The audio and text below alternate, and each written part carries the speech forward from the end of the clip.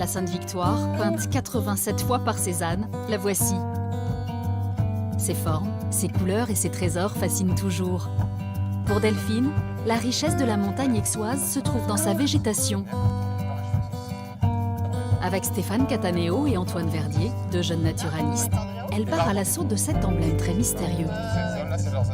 En face de nous, tu vois, juste sur ta droite, c'est le sommet de la montagne qui se trouve à 1011 mètres.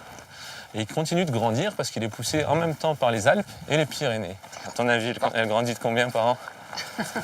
Allez, 1 centimètre. 1 centimètre, ah, ça fait un petit peu beaucoup.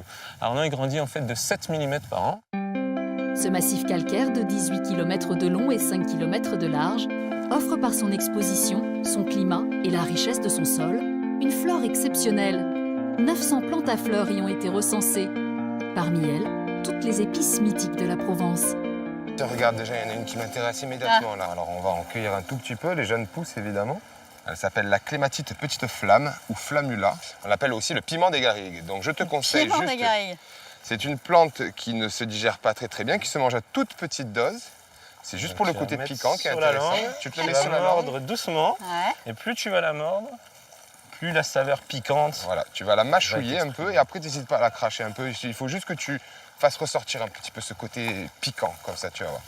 Alors, au début, on sent rien. Non? Et puis à un moment donné, tu vas voir, ça va venir très fort. Ouais, je vois. Et là tu peux cracher, Je peux cracher. Voilà, Ok. surtout si t'aimes pas trop le piment et tout. Voilà. Moi j'aime bien non, faire mais goûter en ça. effet, ok, piment. Voilà, on a cet aspect un peu. Alors là, on a aussi. Ah, je crois qu'Antoine a Regarde-moi ça, trouvé Stéphane. quelque chose. Donc là, on a une plante très intéressante qui s'appelle le sumac des corroyeurs. Alors, la plante, elle est toxique absolument sur toutes les parties, sauf la graine. Et c'est la graine qui va intéresser justement le cuisinier. Voilà, donc tu peux déjà en goûter Ouais, une tu petite vas pas graine. Alors il y a, m'empoisonner, il y a un c'est noyau bien. dur à l'intérieur, mais nous, ce qui nous intéresse, c'est le goût qu'il y a autour.